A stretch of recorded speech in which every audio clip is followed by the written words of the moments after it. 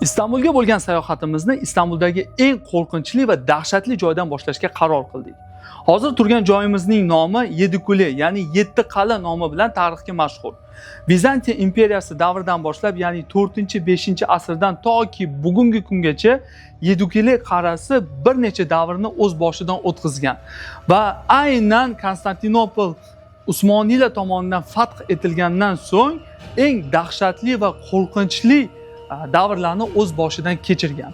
Aynan hozir turgan joyimiz bu Usmoniylar davridagi barcha insonlar, o'sha davrdagi insonlar qalbiga hattoki meni ham hozir qanaqadir bir qo'rqish hissini soladigan joyda turibmiz. Bu joy haqida etap bilan tarixiy ketma-ketlikda gapirib berishga harakat qilamiz. Qani ketdik, qayerdan boshlanganini ko'rsatamiz. Режим сканирования. Обнаруженный транспорт. Приоритет. Модель Harley Davidson. Анализ совпадения. Падение. Birinchi marta Terminator filmida ushbu lavhalarni ko'rganimda aynan sun'iy intellekt texnologiyasi ekanligini tushunmaganman. Ammo bugungi kunga kelib aynan shu kinolardagi texnologiyalarni o'z biznesimizda sinab ko'rmoqdamiz. Do'stlar, tirikchilikda IBO degandek tadbirkor o'rtoqlarimizga ajoyib taklifimiz bor. Agar siz xodimlarni nazoratida qiynalayotgan bo'lsangiz yoki magaziningizni tizimlashtirishda qiynalayotgan bo'lsangiz, bizning jamoa tomonidan ishlab chiqilgan sun'iy intellekt aynan sizning xodimlaringizni nazorati va magazinlarni avtomatlashtirishda yordam beradi. Siz ham aynan ABS Vision orqali, sun'iy intellekt orqali xodimlar nazoratiga, avtomatlashtirishga, tizimlashtirishga yechim berishingiz mumkin. Agar sizga shu masala qiziq bo'lsa, quyidagi raqamlarga telefon qilsangiz, batafsil ma'lumotlar beramiz. Yedikule, ya'ni bizni til bilan aytganda 7 qal'a tarixiy majmuasini o'rganishni aynan shu yerdan boshlashga majbur ekanmiz. Sababi tarix aynan shu yerdan boshlanadi. Bu ko'rib turgan hozir mana bu barcha devorlarimiz, qal'alarimiz Bizantiya davrida bo'lmagan. Asosiy boshlanish nuqtasi mana shu yerdan boshlanadi. Ya'ni 4-asrda Bizantiya imperatori mana shu devorlarni qurdirtiradi Konstantinopol himoyasi uchun va markazida mana shu darvozalarni qurdirtiradi. Konstantinopol Bizantiya imperiyasi davrida bu darvozalarning nomi oltin darvozalar bo'lgan. Sababi Bizantiya imperatorlari boshqa joylarda bo'lgan urushlarda yoki dushmanlar ustidan erishilgan g'alabadan so'ng aynan triumf orqali mana shu yirik darvozalardan kirib kelishgan. Oltin darvozalar deyishiga ham o'ziga xos sababi bor, chunki o'sha vaqtda darvozalar mana hozir ko'rib turgan mana bu to'ldirilgan bo'shliqlar, g'isht bilan to'ldirilgan bo'shliqlar oldin ochiq bo'lgan bu joylar. Juda haybatli, juda katta darvozalar bo'lgan va oltin bezaklar bilan, qimmatbaho buyumlar bilan bezatilgan bo'lgan. Buni asosiy vazifasi Bizantiyaga, Konstantinopolga kelgan har qanaqa odamga Bizantiyaning harbiy salohiyatini, iqtisodiy salohiyatini va boshqa tomonlama qudratini ko'rsatish uchun muhim ahamiyat kasb qilgan darvoza hisoblanadi. Usmonli imperiyasi Konstantinopolni fath etgandan so'ng bu darvozalarni mana yirik bo'shliqda to'ldirilgan g'ishtlar o'rnini to'ldirib tashlaydi, ya'ni bekitib tashlaydi. Bunga asosiy sabab Konstantinopol fath etilgandan so'ng ko'pgina G'arb, Yevropa davlatlari bu narsani yengil hazm qila olmaydi. Chunki bu yer sharidagi eng katta G'arb madaniyatiga asoslangan imperiyaning qulashi bu Yevropaning qulashiga tenglashtirilgan edi va Usmonlidan qaytarib olish bo'yicha ko'pgina harakatlar amalga oshirilgan. Bu albatta yirik harakatlar deya olmaymiz, kichik qanaqadir harakatlar bo'lgan bo'lishi mumkin.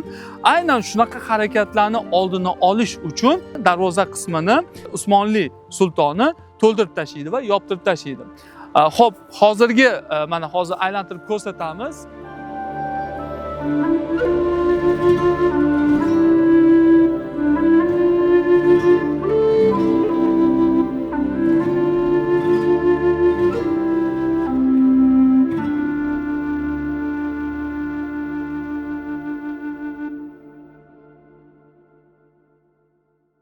Aytib o'tganimizdek, mana yirik darvoza kirish nuqtalari devor bilan Usmoniylar davrida bekitib tashlangan. Mana kichik darvozalar kirish vazifasini saqlab qolgan. O'sha 4-5-asr uchun qanchalik nima deydi, arxitektura yo'nalishida texnologik rivojlanganini ko'rsatib turadi Konstantinopolda. Chunki bugungi kunda ham bunaqa yirik inshootlar qurish uchun bilmadim, bugungi texnologiyalar bilan, bugungi rivojlangan texnologiyalar bilan qurish ham amri mahol degan bo'lardim. Sababi hozir mana ko'zdan kechirsak bo'ladi, mana bu devorning balandligi juda ham baland, taxminan 80 metrlarni tashkil qiladi. Bu toshdan yo'nib qurilgan yirik inshoot hisoblanadi. O'sha davr uchun aytganimizdek do'stlar, o'sha sizlar tasavvur qilishlaring uchun Vizantiya bu hozirgi Amerika Qo'shma Shtatlaridan ham kuchliroq qanaqadir bir salohiyatli davlat bo'lganiga mana yaqqol devorlarning o'zi guvoh, o'zi misol bo'lishi mumkin. Xo'p, mana bu ko'rib turgan joyimiz bu kichik oltin darvozalar hisoblanadi. Bu yoqdan birinchi kirish nuqtasi hisoblangan, ya'ni devorlar bilan berkitilib, aynan himoya vazifasini ko'proq o'tagan bu kichik darvozalar ko'rinishini saqlab qolgan. Do'stlar, umumiy olganda e'tibor beradigan bo'lsak, Konstantinopol Usmoniylar tomonidan fath etilgandan so'ng G'arb va Sharq madaniyatini bir-biriga urilib portlashdan hosil bo'lgan Istanbul desak bo'ladi. Istanbul mana shunaqa ajoyib shahar. Har bir nuqtasida, har bir burchagida o'ziga xos bir tarixda, o'ziga xos bir oddiy toshni ko'tarsangiz ham qanaqadir tarixiy bir narsa kelib chiqishiga guvoh bo'lishingiz mumkin. Biz vaziyatga qarab, mana shu qal'alarning tepasi, yuqori nuqtasiga chiqib, nazorat punktlari, ya'ni qanaqa bo'lgan himoyasi bu qal'alarni yoki umumiy ko'rinishi qanaqa bo'lganini ko'rsatib berishga harakat qilamiz. Ketdik, hozir birinchi navbatda xazina saqlangan qal'aga boramiz, keyin u yoqdan chiqib mahbuslar, ya'ni siyosiy darajadagi mahbuslar yoki sultonlar, shahzodalar saqlangan maxsus qal'ani ko'ramiz. Biz hozir markaziga qal'ani, tarixiy majmuani markaziga qarab kelyapmiz. Yana bitta e'tiborli jihati, o'sha ikkinchi davrga kelib, o'sha Usmoniylar davrida bu joy siyosiy mahbuslar uchun qamoqxonaga aylantirilgan davrda mana shu masjid qurdirtiriladi. Bu Fotih nomli masjid.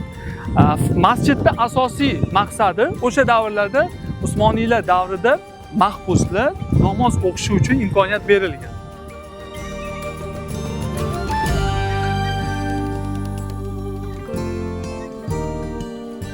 Aynan mana shu tarixiy qal'amiz Usmoniylarning asosiy xazinalari, boyliklari saqlanadigan joy hisoblangan. Birinchi navbatda Babur inshootining bir haybati sizni lol qoldirmasdan iloji yo'q. Chunki bunaqa darajadagi arxitekturani qurish uchun bilmadim qanaqa darajada ilm-fan rivojlangan bo'lishi kerak. O'sha davrdan kelib chiqib aytadigan bo'lsak, hozirgi davr uchun ham aytib o'tganimdek, bu oson emas bunaqa yirik inshootlarni qurish.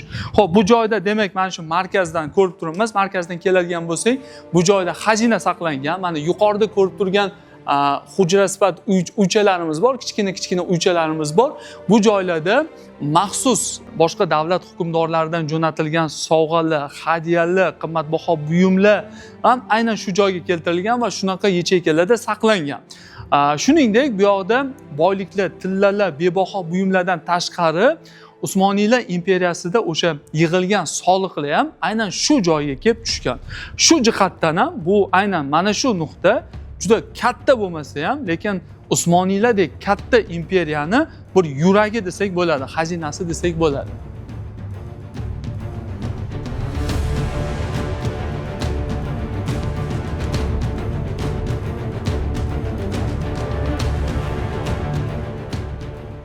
Inshootning qanchalik qalin devorlar bilan qurilganini mana shu tokcha va oynacha orqali ko'rishimiz mumkin. Mana yorug'lik kelib turgan joy bu havo kirish uchun o'sha darvozacha kichkinagina tokcha sifatida qoldirilgan va tokchagacha bo'lgan masofa taxminan 3-4 metr masofani, balki undan ham ko'p, 5 metr, qaysidir manbalarda 5 metr deb berilgan, 5 metr masofani tashkil qiladi.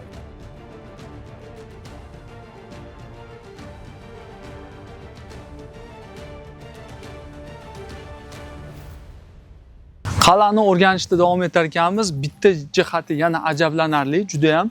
Men ko'rib turganingizdek, daraxtlar ham bir necha 100 yillik daraxtlar. Yam-yashil o'simlik ko'rishimiz mumkin. Tarixiy kinolarni o'zim yaxshi ko'rganim tufayli bitta narsa esimga tushib ketdi. Aynan qanaqadir qal'aga yoki qanaqadir bilmadim, mana shunaqa ko'rinishdagi qal'alarga hujum qilmoqchi bo'lsa, mana shunaqa o'tlardan tirmashib chiqib ketib, keyin hujumga o'tish sahnalari bor. Shu narsani eslatib yubordi. Mahbuslar, sultonlar, shahzodalar saqlangan qal'aning bo'linmasiga boramiz.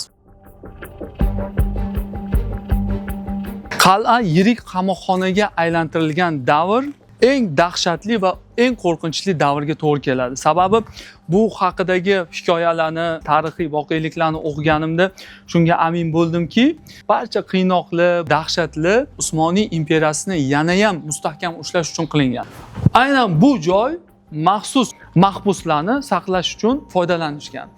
Xonachalarga, kichkina xonachalarga kirishda imkoni yo'q. Bu joyda maxsus doiradagi siyosiy mahbuslar, shahzodalar saqlangan. Misol keltiradigan bo'lsak, bu shahzoda Mustafo aynan shu yerda sultonga qarshi fitna uyushtirishda ayblanib, o'lim hukmi ijro etilguncha mana shu joyda saqlangan.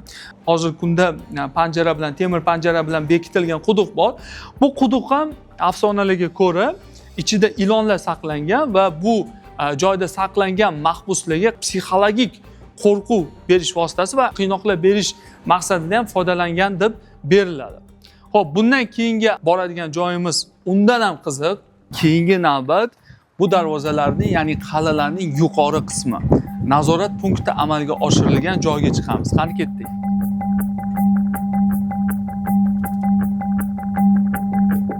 Tarixiy barcha narsalar o'z asl holatida saqlanib qolgan. Bu tomonga ketadigan tarafi, ya'ni qatl qilinadigan, eng og'ir jazolar beriladigan qismi hisoblanadi.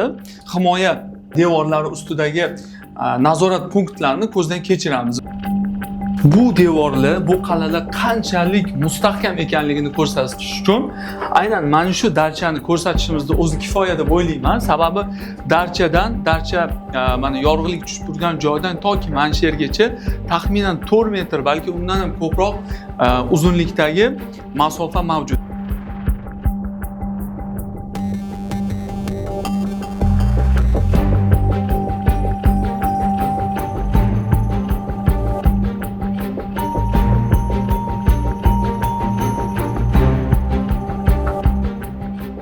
To'g'risini aytaman, hozir o'zim ham qanaqadir etim boshqacha bo'lib ketdi.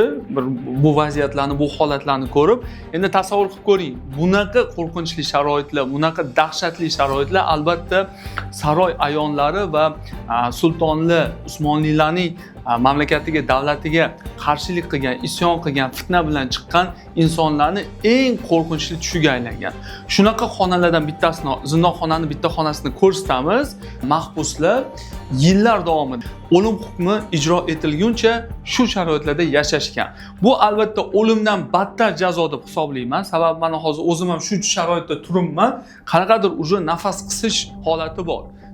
Va nihoyat biz qal'aning eng yuqori nuqtasiga yetib keldik. Aynan shu nuqtadan Usmoniy imperiyasining xazinalari saqlangan joy va Usmoniylarning eng dahshatli qamoqxonasi nazorati amalga oshirilgan. Bu joy bir vaqt o'zida nazorat punkti bo'lishiga qaramasdan Istanbuldagi eng chiroyli nuqtalar ochilishiga imkon beradi. Mana ko'rib turganingizdek Bosfor bo'g'ozi, bu tarafda yangi Istanbul ko'rinishi,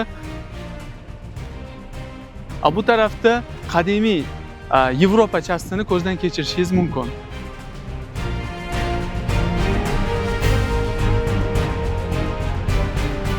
Aynan mana shu ko'rib turgan devorlarimiz ustidan mana shu qal'a nazorati amalga oshirilgan.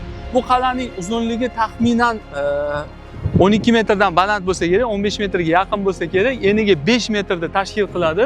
Bu qal'alardan qochishda deyarli imkoni bo'lmagan.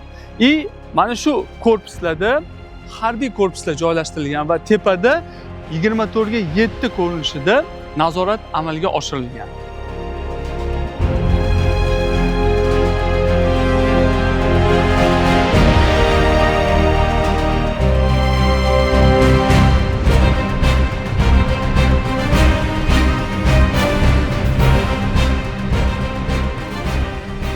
Qonli qal'aga kirish nuqtasi, ya'ni o'sha 7 ta qal'aning bittasi bo'lib, nomi Qonli qal'a hisoblanadi. Asosan davlat fitnalari, davlat siyosatlarida ishtirok etgan mansabdor shaxslarning o'lim hukmi aynan shu yerda amalga oshirilgan va bu o'lim hukmlari ishoning juda noodatiy. Asosiy bittasini aytamiz. Sizda ham taajjublantiradi deb o'ylaymiz. Qani ketdik, mana yo'laklardan ko'rsatib boshlaymiz.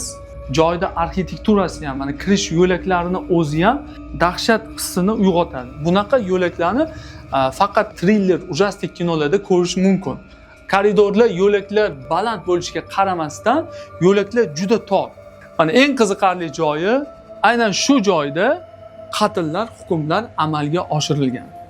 Bugungi kunda muzeyga aylantirilgan, bemalol kelib o'rganib ko'rishinglar mumkin. Tarixda qolgan manbalarga ko'ra, mana shu joylarda eng mashhur bo'lgan o'ldirish usuli tepa qismiga chiqazib, mahbuslar pastga tashlab yuborilgan.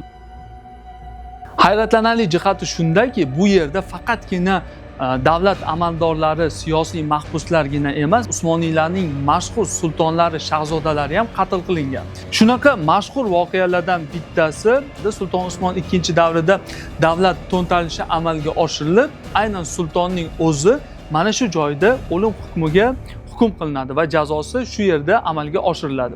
Shunaqa muhim shaxslardan bittasi bu albatta Shahzoda Mustafa o'limi ham aynan shu yerda amalga oshirilgan. Bizga ma'lum va mashhur bo'lgan Abdulhamidxon II davrida unga qarshi chiqqan Ali podsho o'lim hukmi ham aynan shu joyda amalga oshirilgan. Bitta narsani ta'kidlab o'tishimiz joiz. Bu keltirilayotgan tarixiy faktlarga asoslanib siz Usmoniy imperiyasi haqida yomon tasavvurlarga borib qolmasligingiz uchun nima uchun aynan shunaqa qiynoqlar, jazo maskani joriy qilinganligi haqida gapirib o'tamiz. Yedukeli, ya'ni Yetti qal'a tarixiy majmuasi Usmoniylar davrida hamma uchun ham jazo hukmi sifatida tatbiq qilinmagan.